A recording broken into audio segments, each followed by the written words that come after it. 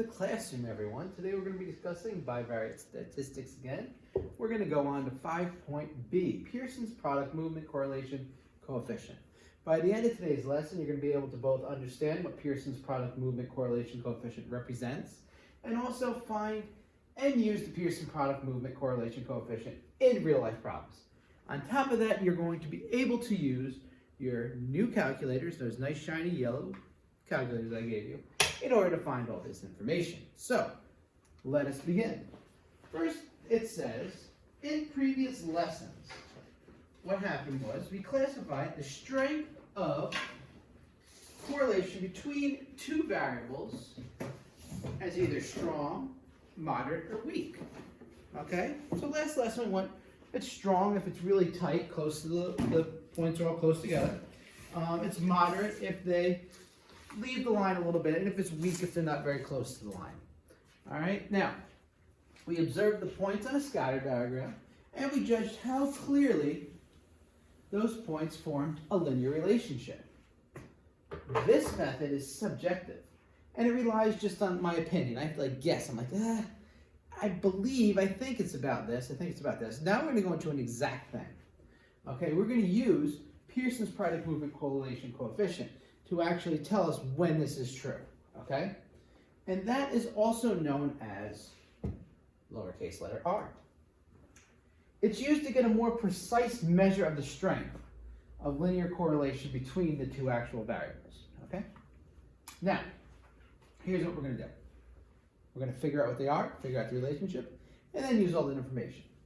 So, when solving this, the way to find the coefficient is as follows. You have a set of n data. N just means you don't know how many points it is. It could be a lot, it could be a little bit. It's n number of points as ordered pair. Ordered pair is just like an x, y point. Okay? Point 1, 2, 3, blah, blah, blah, all the way to point n. Pearson's product coefficient is the sum of xi minus the average of x, yi pair minus the average of y, divided by the square root of the sum of same thing squared times the same thing squared. Okay, the sum of the same thing squared. Now, what exactly does that all mean? And are you going to have to do that every time? I'll tell you now. So number one, first thing, it says x with a little line over it is the mean of the x data. Okay? So mean is when you add all the numbers together and you divide by the number of numbers you have. All right? What do you think the y with a little line over it is? That's the means of the y data. Okay? Average. I said that word before. It is the sum. So that's the sum of all the data of the variables. Okay, so you add up all of them together. Right, so if there's 6 things, you would add 6 things together. You are not required to learn this formula, but you should be able to calculate the value of r using technology. So you can either do that every time, which takes a while, or learn how to use this little guy who does it for you. Or both. I learned both. It's not too bad. So what I'm going to do is, we're going to take out our calculator, a TI-84 plus CEs, supplied by the school, all right, and we're going to calculate R. Now, everyone was given these, so you all have it. Now, first thing we do is we have our points. 2, 11, 5, 6, 6, 4, 3, 6, and 9, 3, okay? So, you're going to do this with me as I explain it, and I'm going to do it too. So, first thing we're going to do is, we're going to press second list, which is stat, enter the x values into L1 and the y values into L2. So the x values go into the first column, and the y values go into the second column. All right, so let's do this together. So what I do is, let's see, I might be able to get here close. I'm going to press the second button. I am going to press the list stat button, which is right here under delete. Okay, and I get this. Wait a second. That's no good, is it? Now, I need my list. Whoops. So I just press stat. Oh, I don't even have to press the second button. I can just press the stat button and edit. So stat, edit, right? L1 values. 2. This is tough to do because I don't know I'm doing this. 2, 5, 6, 3, 9. All right, how's that look? Good? All right, now I press the right arrow to move over. 11, 6, 4, 6, 3. All right, so just as you see on the board, I have the same thing here. All right, see that? Good? Made it a little clearer for you. Go back to the board. All right, so I got all that in. Now, I want to do lin-reg. Lin-reg means linear regression line. Okay, so in order to do that, I press the stat button again. Okay, so once again, I am going to get my calculator. And I press the stat button, which is right there. All right, I am going to move over to the right to where it says calc. I go down to number 4 that says lin-reg. I hit enter. Now what happens is I'm going to hit enter till it goes to calculate. And I get this. But wait a second. There's a problem. There's no R value shown. I want to know what the R value is. So this gives me my linear regression line. But I want the R value. Okay, so you have to follow these rules down here. If the R value is not shown on your calculator, it's not like a standard button where they actually show it. You have to turn it on. We are going to turn it on by doing the following. You are going to go to the word mode. All right, mode is right here. Mode. You are going to turn stat diagnostics on. So stat diagnostics is right down here. You're going to go from off, press to the right, and turn it on. Enter.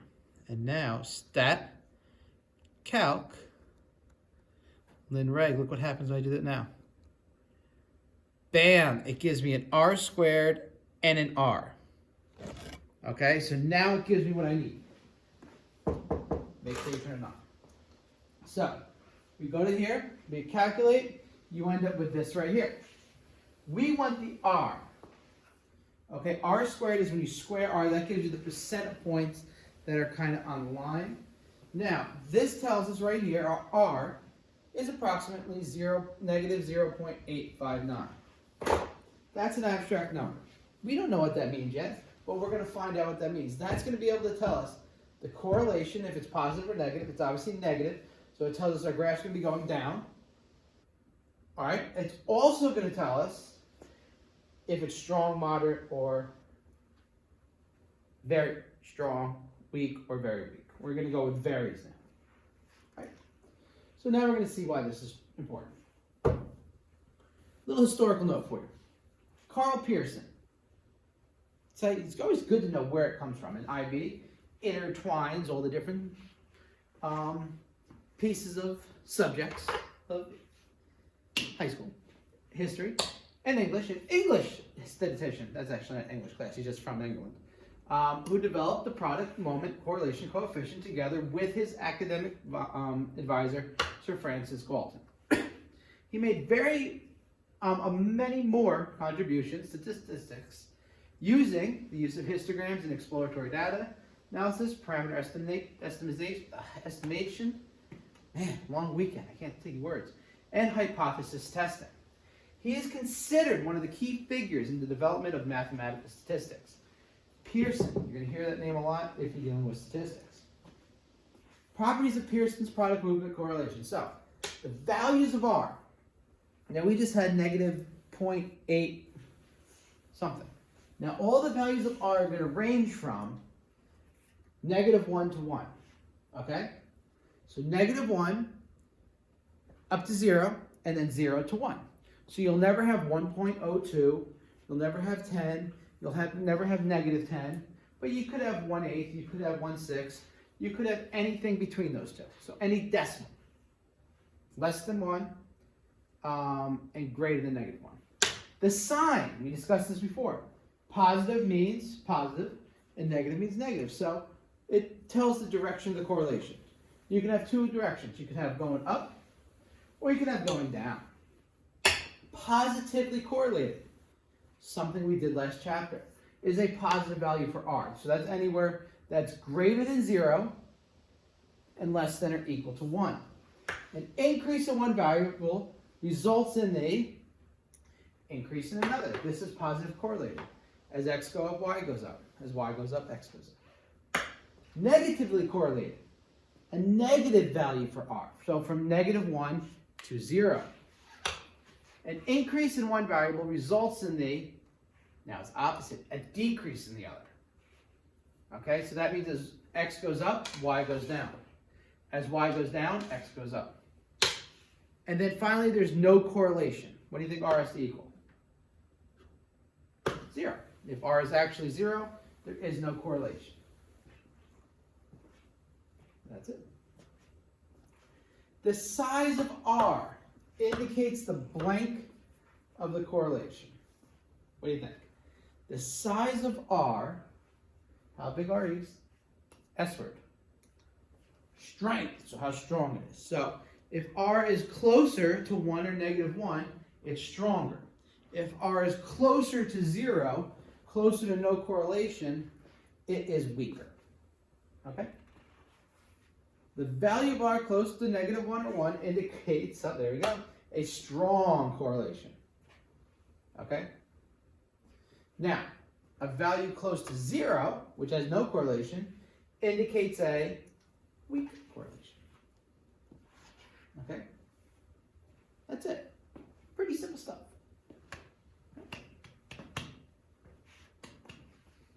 And this is what we're using. Just what we discussed in the last lesson. Now, here we go. I'm just going to give you what these are. Part 1, all these are positive numbers. They are all positive correlation. The graph is increasing from left to right in each one of these cases. But what do you notice happens as my numbers get farther away from 1? My graph goes from being perfectly straight, it gets a little bit spread.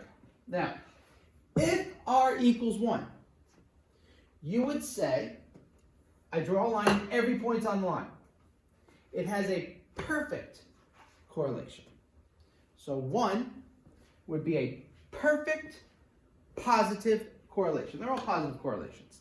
And I left that on your packet paper just so you wouldn't have to write it 1,000 times. Now, if it's between 0.95 and 0.1, that's pretty good. That's about 85% and higher of the points on the line. Not a perfect, but a, what do you think? 2 words, a blank blank. A very strong correlation. So if this is my line, most of the points are touching, if not just a little bit off that line. Right? And he came up with all these numbers, 0.87 to 0.95. Okay? Those, what do you think? Not very strong, but strong. Okay? And the same goes true for negative and positive. So 1 is perfect. And I don't think you can see this. 0.9521 is very strong. All right? I'm going to probably open this up so you can see it. 0.87 to 0.95 is strong. So what do you think?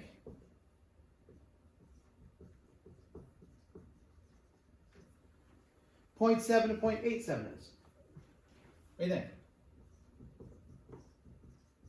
What did we say before? What begins with that?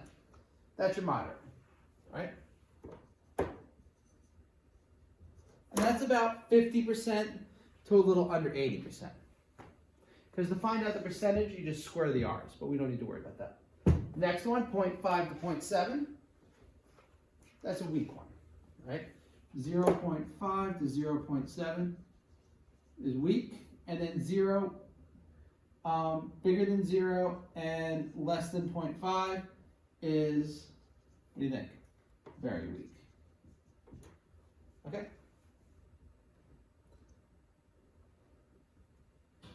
Got it?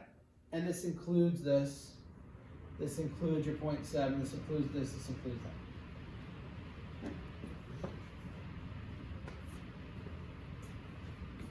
And they're all positive. Now, what do you think happens if we flip the script? Now, we're going negative correlations. So now our graphs are all going down. but we're going to use the same basic concepts. So for instance, 1. -1 would be, what do you think? A perfect negative correlation.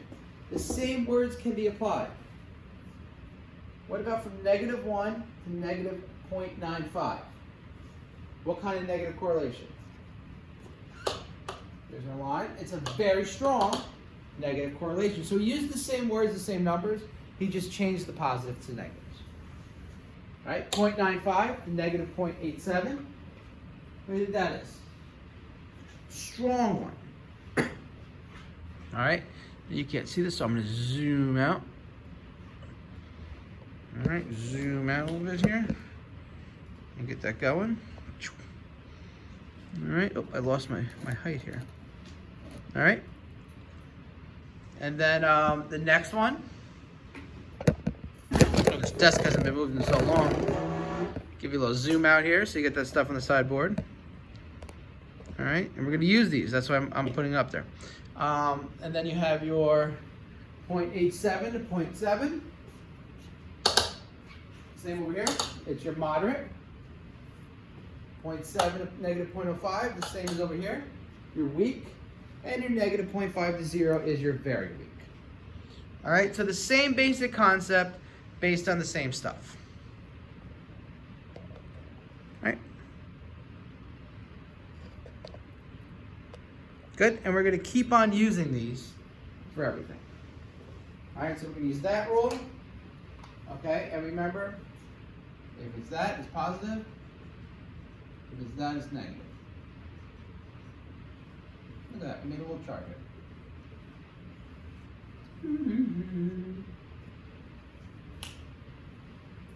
All right, I feel like you're back at school already, don't you? Now, we're going to use all that information to solve some examples.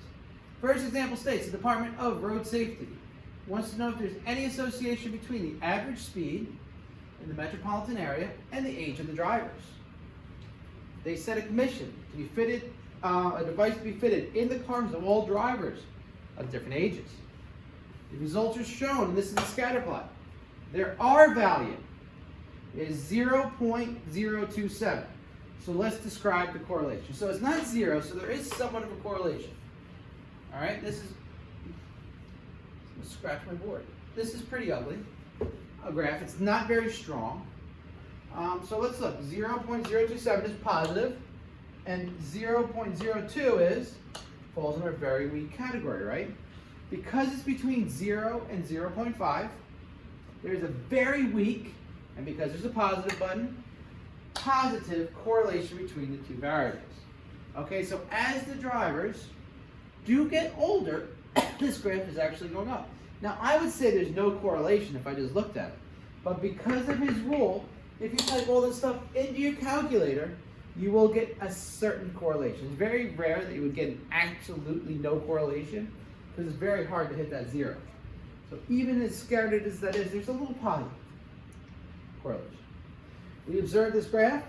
The points are just randomly scattered. They're all over the place. Right. See how easy this is? Takes a little time though to get used to. All right, so let's look at example 2. The botanical gardens have been trying a new chemical. To control the number of beetles infesting their plant. All right.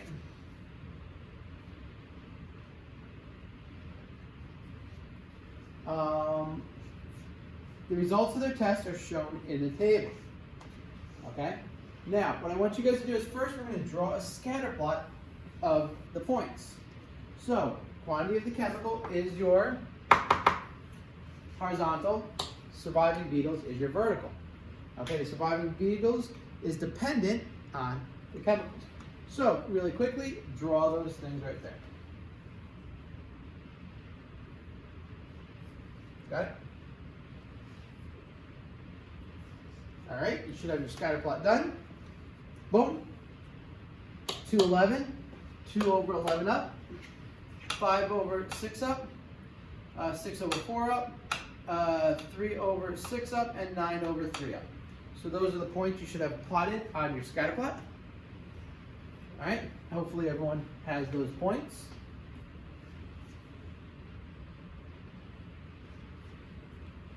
You all good? Now, number 2, determine the correlation coefficient. So now, you are using your calculator, all right?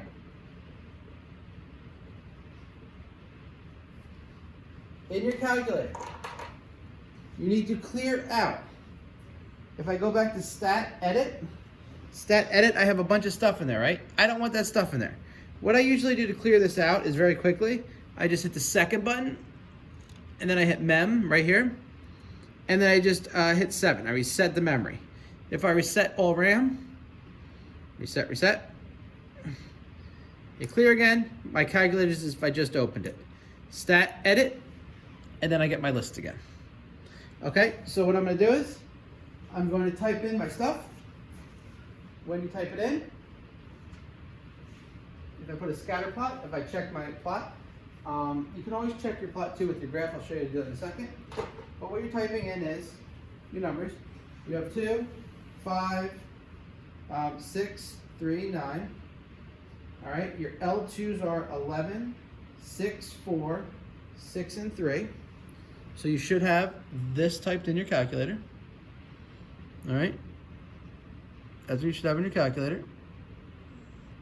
After you type that, to find your coefficient, you're going to hit the stat button again.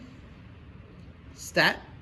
You're going to go to the right once in calc, down 2 to linreg, hit enter, calculate, and you have ABC up. What did we not do?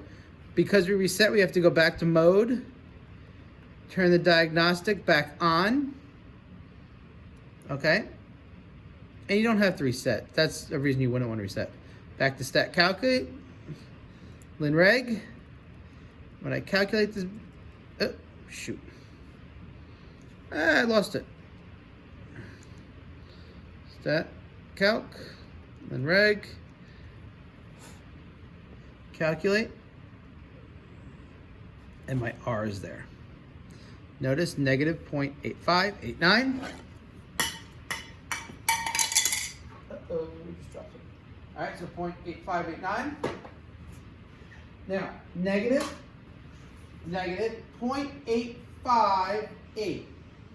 All right, almost strong, but even though it looks like it's pretty strong, it actually falls right in this category right here. It's less than 0.87, greater than this one right here.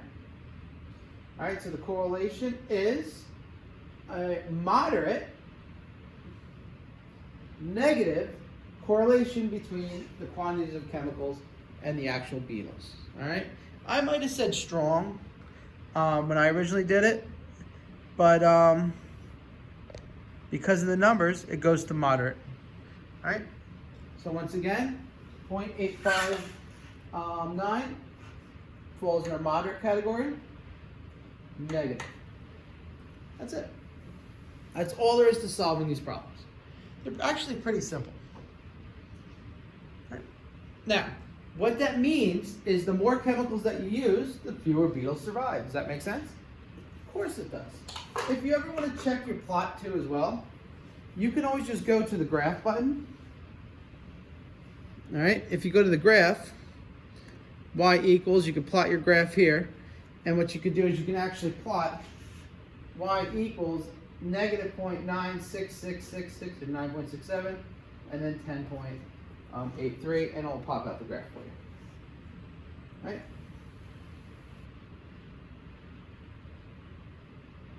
Any questions? If you have them, ask them. But you don't have them. All right. So clear. Stat. You can also hit the clear list button works sometimes too. You never get that right though. Stat. There you go. So, example number 1 in a recent survey. Now you guys are going to do a bunch of examples. The Department of International Commerce compared the number of employees in a company with its export earnings. A scatter diagram of the graph is right here. This corresponding value of R is 0.556. describe the association between the variables. Okay? So what do you think here? What's the association? So look at the number, 0.556. Well, 0.556 is right here. Okay, there's our graph. It's going up. It is positive. It's between 0.5 and 0.7, which means it is a weak positive correlation. That's it. All right. You're just adding a little bit to your toolbox here, finding the R. Let's go number 2. Match the scatter diagram with the correct value of R. So this one you kind of have to use estimation. You're not going to be able to use your calculator. So 1 is 1, 1 is 0.6, 0, negative 0.7, and negative 1. So use the facts you know about them. Well, you know that 1 and negative 1, I'm not going to tell you, I'll give you a second. Jumping the gun there, sorry. Alright, now I give you enough time. You know that 1 and negative 1 are perfect, so they should be straight lines. You know anything with a positive should be going up, anything with a negative should be going down. Okay, 0 should just be crazy. So let's look at first one. A, which one is R is 1? Which one is going up and has all the lines on a perfect graph? Oh wait, what are we doing? Oh, we're just starting with these. This one. Graphs are increasing, which is important, but they're not perfect. So what do you think? Good. B. Okay. Letter B. Okay, once again, increasing, and all the points fall on the line. So what do you think? Positive. Perfect. B. A. What do you guys look? C.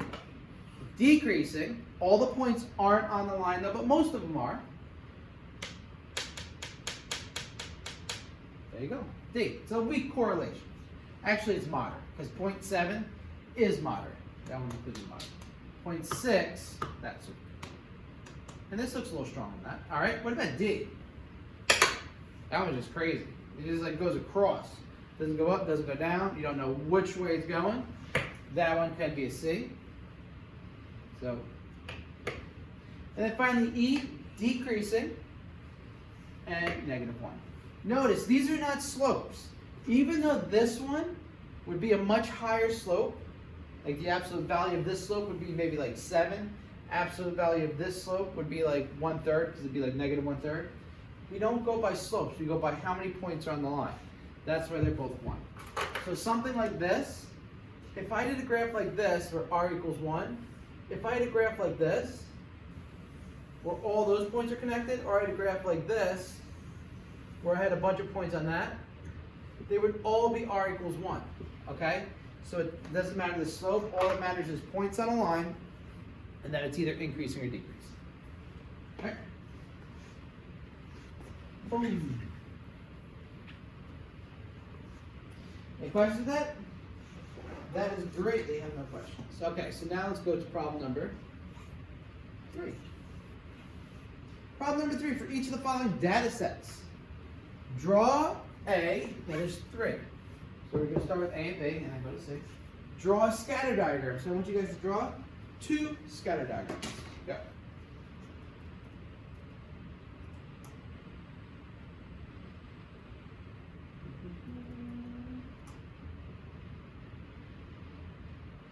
I'm just logging into my Remind to make sure no one's coming to visit me right now. Checking my email, make sure no one's outside. Alright, this way, if anyone comes to pick up anything, I'm ready. Alright, so the first one, scatterplots. I'm just going to do these all in one fail swoop. Alright, so my scatterplots here, 1/3 up, 2/2 up, 3/5 up, 4/5 up, 5/9 up, and 6/6 up. Alright, that's kind of alright, right? The R comes out to 0.768. Now the way we get that, once again, stat edit. Okay, a way to do this where you don't have to reset it every time is, even though I have these numbers, you can actually just delete them if you want. All right, I usually just delete them that way. Whoops, all I'm doing here is pressing the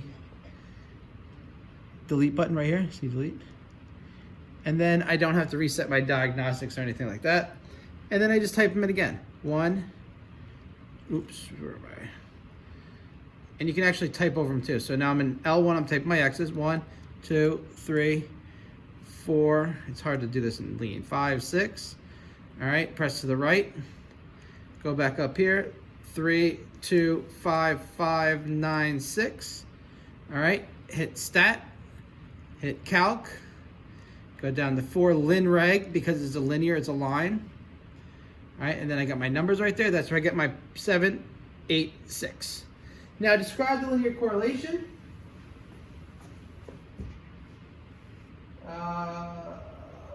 Right here, higher than 0.7, less than 0.87, and it's positive. So it's moderately positive correlation. All right. Now you're going to go to the next one. What I want you guys to do is plot them. And then find the Pearson's product movement correlation coefficient. I'm typing it in right now as we speak. All right, 1, 9, 1, 0, 1, 6. And I'm just typing right over my last one. 17, 12, 15, 6, 1, 10, 4. Oh, that's not right. 16, 12, 15, 6, 1. Forgot my 1. It's always, if your numbers don't match up, it means you're messed up somewhere, which is what I did.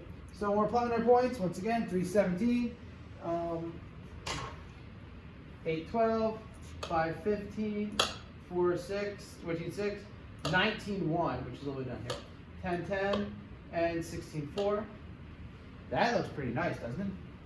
All right, I type all my stuff. Okay, so you got that right there. Looks pretty good to us. That looks like a really nice one.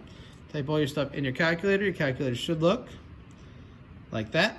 Once again, you're gonna hit stat, to the right calc, down to linreg, enter, calculate.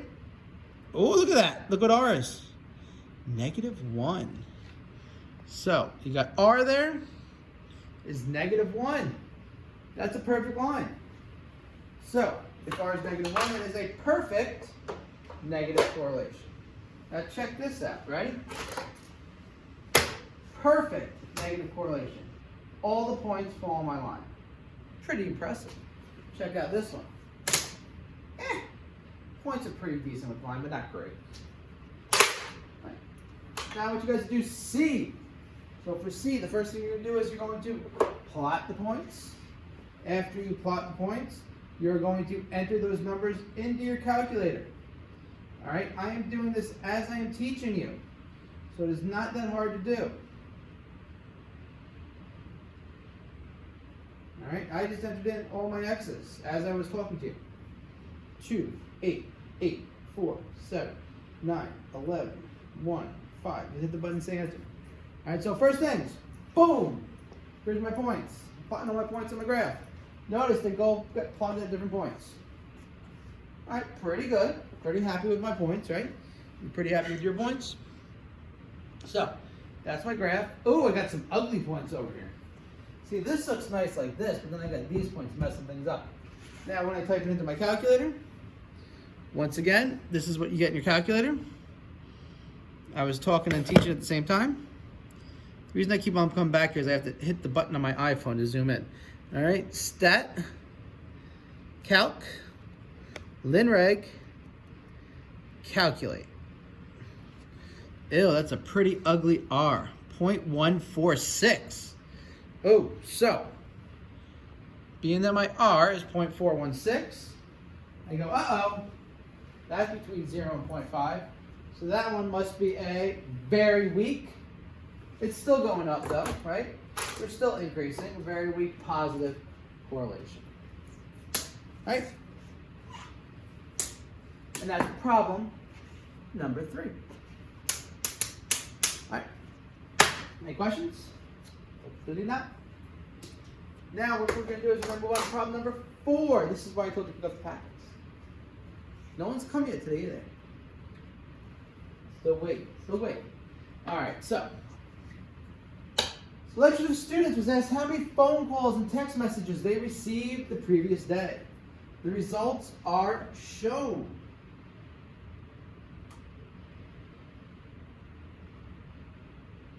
Still no. All right, so first thing you're going to do is you're going to draw another scatter diagram. Calculate R, describe the correlation, and give the reason why that correlation may occur. So as you guys do that scatter diagram, plot, plot, plot, plot, plot, just remember, I had to do all this stuff in PowerPoint, which is a lot more annoying than what you guys have to do. I'm just going to delete all this stuff real quick. All right, I'm deleting out of this. I'm going to enter my stuff into my computer, otherwise known as a calculator. Oh wow, it's so easy and quick to do this. All right, so we're going to go to the scatter diagram. All right, there you go, 4, 6. There you go, 7, 9, 1, 4. Yeah, I'll tell you. 0, 2. Okay. 3, 5. 2, 8. 2, 4. And 4, 7. All right, so this one's a little weird over there, 7, 9. Besides that, you got a pretty fairly decent scatter. All right, why am I making a scatter plot? Just so you can see the correlation between the two. Now, everyone should have this typed all in here. This is our moment of truth right here. You have, let me zoom in, that, and we press the same buttons as we always press, the stat, over to calc, down to number 4. We're going to press enter, a bunch of enters, and when we calculate, there we go, 0.816. Let's see if that's what I got on the board. And I got 0.816. I got to see what this is. Describe the linear correlation. 0.816 is moderate. It falls right here between 0.7 and 0.87.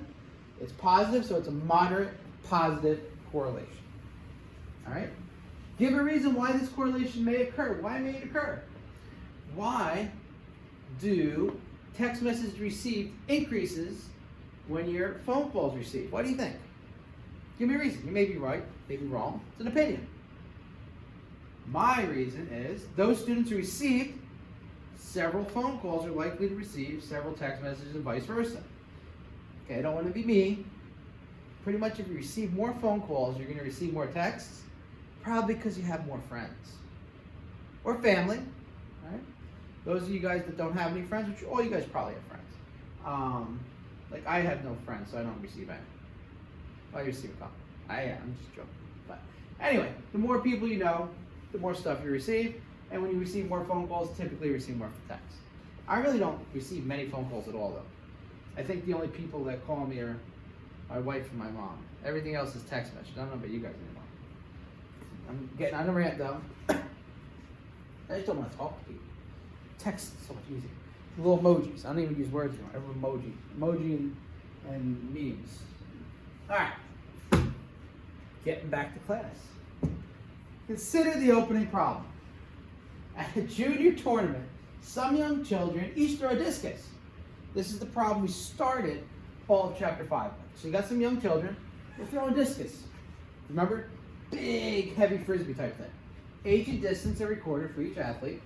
Calculate the following for the data. Now you're going to calculate the R. So when you calculate the R, once again, stat edit, you're going to type in all those numbers into your calculator. Ready? We'll do it together. Ready? I'll read them off. I always do the whole X column first. So what I really do is I just go 12, enter, 16, 16, 18, 13, 19, 11, 10, 20, 17, 15, 13. So now I got my whole first column. And notice right here, what helps me out with this problem is after I type my first column, I still have stuff in from the last column. I'm just going to type over. Right here it says L13. So it tells me I'm up to L, and I see the L there. So let me go to my second column here. All right, I'll do this one live. Watch this. 20, 35, 23, 38, 27, 47, 18, 15, 50, 33, 22, 20. Uh-oh. That's not good. And look what happened. And I did this on purpose. I ended up with 2 extra. The reason is I started my numbers here. So if I have to get rid of these 2, I can delete them. And look at the whole entire thing goes away. So even though I started too late, now that I deleted the 2 above it, watch this, I'm right back on track. So even if you mess up and you like leave some information up there from before, if you delete that information, it deletes the whole entire row, okay? If you want to just clear it, like say I just went to this one, I shouldn't be 50, I want to clear it, it won't do that. You would have to type over it, okay? So if you want to just replace something, you type over it. If you want to get rid of the whole thing, you clear it. So stats, calc, linreg, get me down to calc. See, look at, I deleted my L1 by accident. I just go back to stat, calc, linreg again. These are all little stupid mistakes I make, so I'm showing you guys. Calculate, there we go, got some good numbers there. 0.917, oh, I like that number. So let's see if that's what it's supposed to be, or if I made a mistake. I don't remember, I made this a couple weeks ago. All right, 0.917, there we go, yes, got it. So we're gonna describe the association between age and distance thrown. So is there an association? You bet there is. Now, 917 falls in there, falls between 0.87 and 0.95, which is a strong correlation. And it is a positive number, so it's a strong positive correlation. Whew. Like that. Now, any question number 5? No? I think we're moving at a good pace here. So, number 5. As long as you got these special packets with the graphs in them, it's easy. All right. So we got 1, 2, 3, we got 6, 7, and 8. We're not really going to do the activity. All right. So problem number 6. Jill does her washing every Saturday and hangs her clothes out to dry. She notices that her clothes dry faster some days than others. She wants to know. She investigates into the relationship between the temperatures and the time it takes her clothes to dry. Temperatures, clothes drying. First thing, draw a scatter plot. Okay, so you're drawing a scatter diagram. As you draw the scatter diagram, I am going to just do my L1 things now. I'm actually just deleting them all. Delete. All right, the reason I'm deleting is I don't have as many columns as I did previously. So you're doing your scatter diagram, I'm doing my thing, you're doing your thing, and then we're going to go meet, and then I'm going to give you pause and some more time to do the other stuff.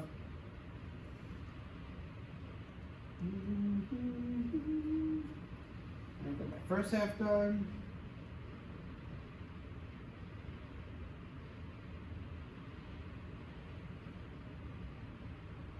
This is a pretty easy chapter.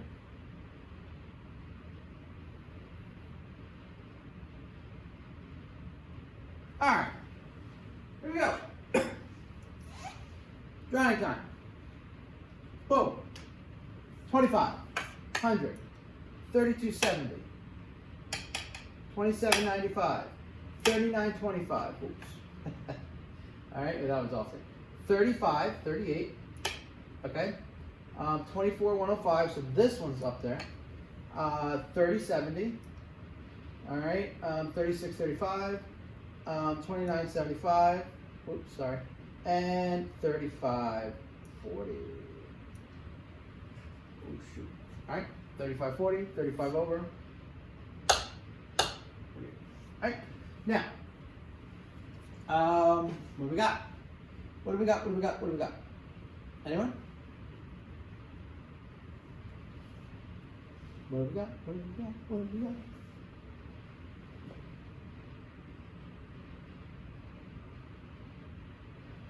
Did you get R?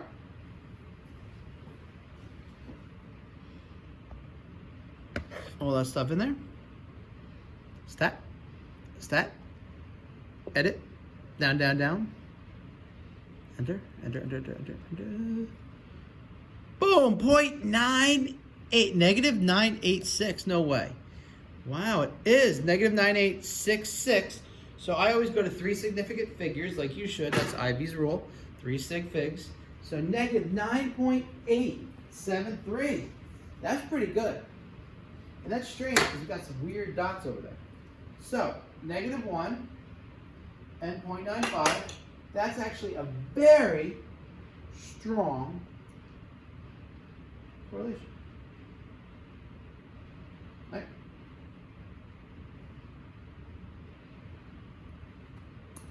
Any questions? No? This point's off. This point should be here. That bothered me. 6. I gotta fix my points for 6. Some of my points are a little bit off. This should be here. This should be here. It should be almost like a perfect line. I'm gonna go fix that in with the next problem. I gotta fix my points. All right. Anyway, number 7. Go. 7 go. 7 go. We're gonna do 7 8. About an hour lesson. Should take about 3 or 4 days to go over. All right. Once again, you're going to type all this stuff into your calculator. 5, 8, 12, 7, 6, 2, 15, 10, 7, 3. That's the same number. This is awesome. All right.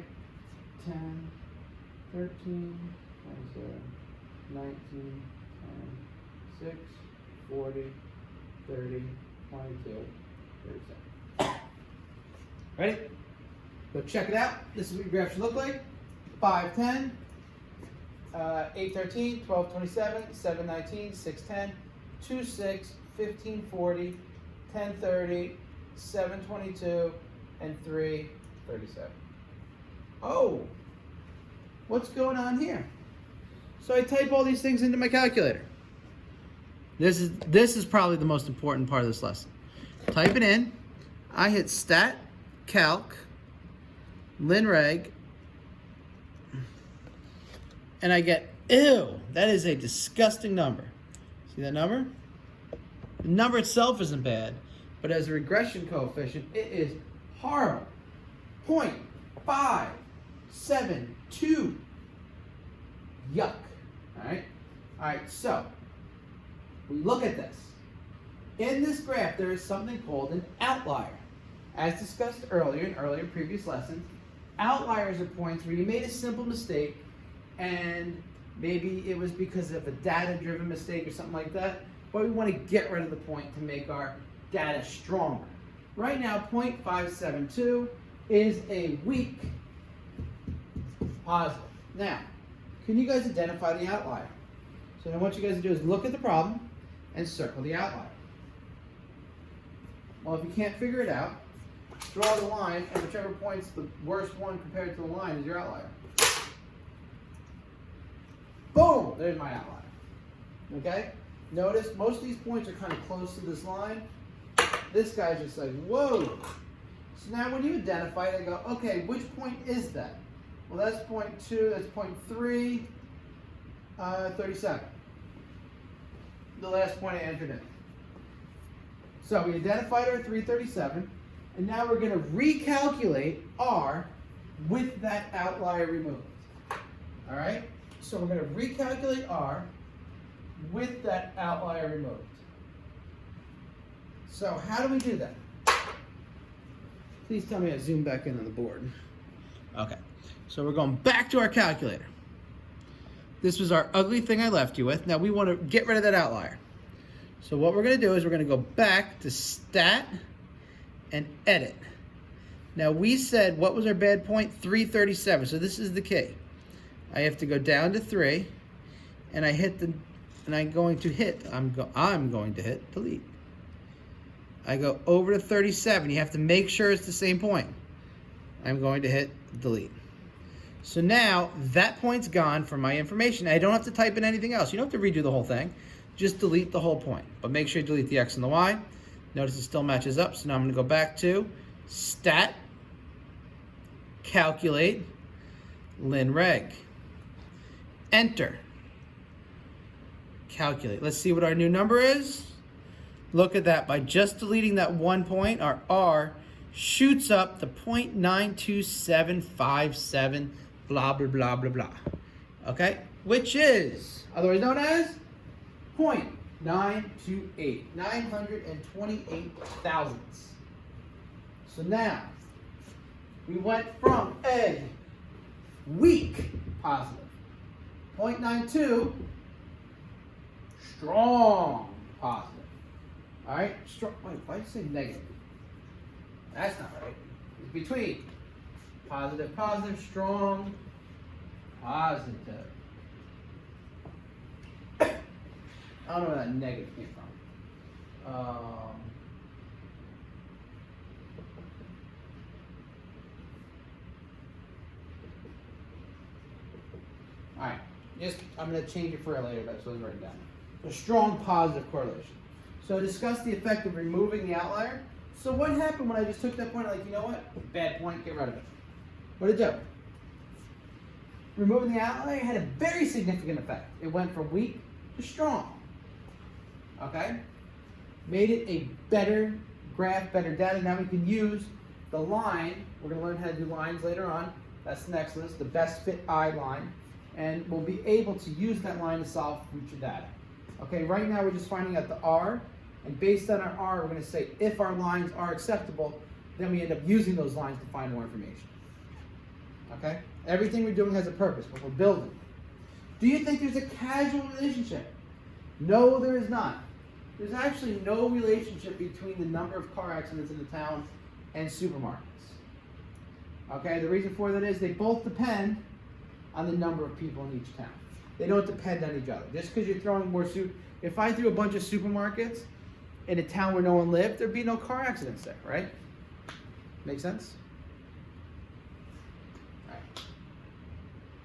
But if I had a lot of people in my town, I'd build a lot of supermarkets, but then if I had a lot of people, more people would be getting in car accidents. Okay. Ready to move on to the next problem.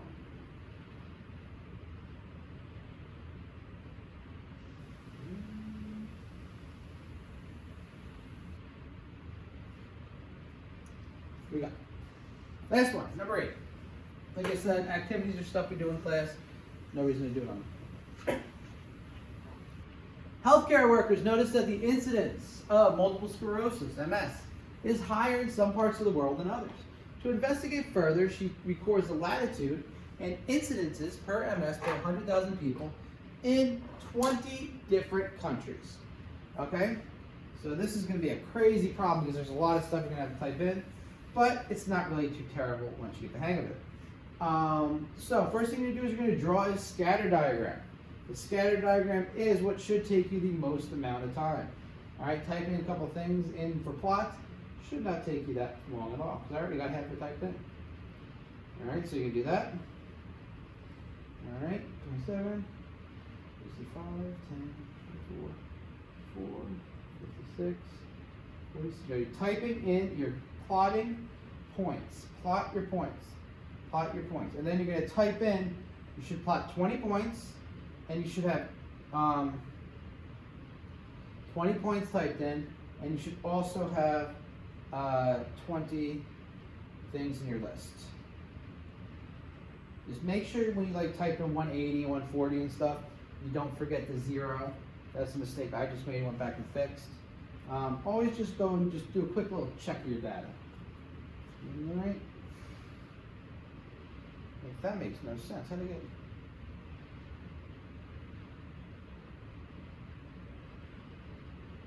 Oh, see, I messed up my whole data.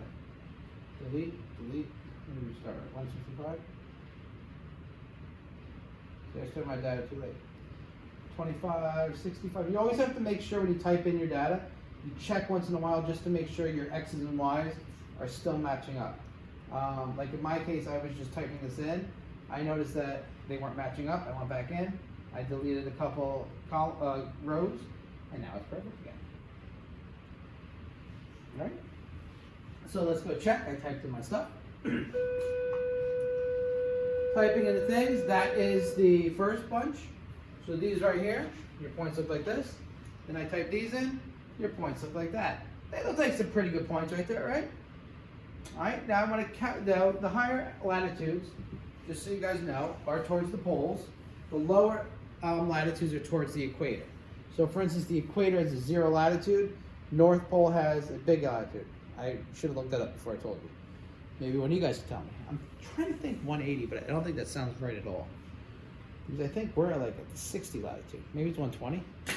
I have no clue. I'm not going to even pretend. All right. Although I should know. Typed in all my stuff. Got my 20 rows. I'm going to hit Stat, Calc, Linreg, and then, whoa, what do you say? 0.587. What did we say about 0.587? That is what type of correlate? Wait a second. 0.849. All right, so what that means is, when I typed in my numbers, I messed up somewhere. How do I know? Well, just because I know my answer on the board is right. And what happened was, instead of typing 56 in 1 point, instead of typing 56, what I did was I typed in 5. My 6 never came through, and it messed up everything. And there's my actual answer. See, my answer was right on the board, but because I made a mistake here. You're not going to have the same luxury of knowing the answers before you do this stuff. All right, so 0.849 is it's decent. All right, 849 is between 0.7 and 0.87. So I would say that is a moderate positive correlation. Not too terrible. Is the incidence of MS higher near the equator or near the poles? So, I guess latitude goes up to about 60. See, I told you about 60. Where is it higher? Well, near the equator, it's almost 0. Near the poles, it is higher. So actually near the poles, there is a correlation there. All right, and it's pretty strong. If you got rid of this point right here, it'd be even stronger. Is it an outlier? No, you can't call it an outlier because it's real data. So you have to keep it. But it is pretty good, pretty strong correlation, pretty strong answer. All right. Typically now what we do is we do an activity. We're going to skip this activity just because it's hard to predict this stuff and measure each other's feet and stuff, especially when we can't touch each other. All right, maybe in the future I'll be able to do this. You can always do this on your own if you like, create your own tables and predict whether you have a correlation between your height and your foot length of students in the class. But we'll get to that. Hopefully at the end of the year we'll be able to do stuff like that. But anyway, nice hour-long lesson on bivariate statistics. And today we learned about the Pearson's product movement correlation coefficient. Main reason we do this is going to tell us if the lines, that we're going to use the same information to find these lines, if those lines are good. If they're good, what that means is we can use those lines in turn to solve problems based on new information. Okay, so this is the first step of 2 of what we're doing, and then eventually we're going to get to modeling and bring it all back around in one big circle. All right? But until the next time, I'm glad you were able to get back in the classroom. See you guys soon.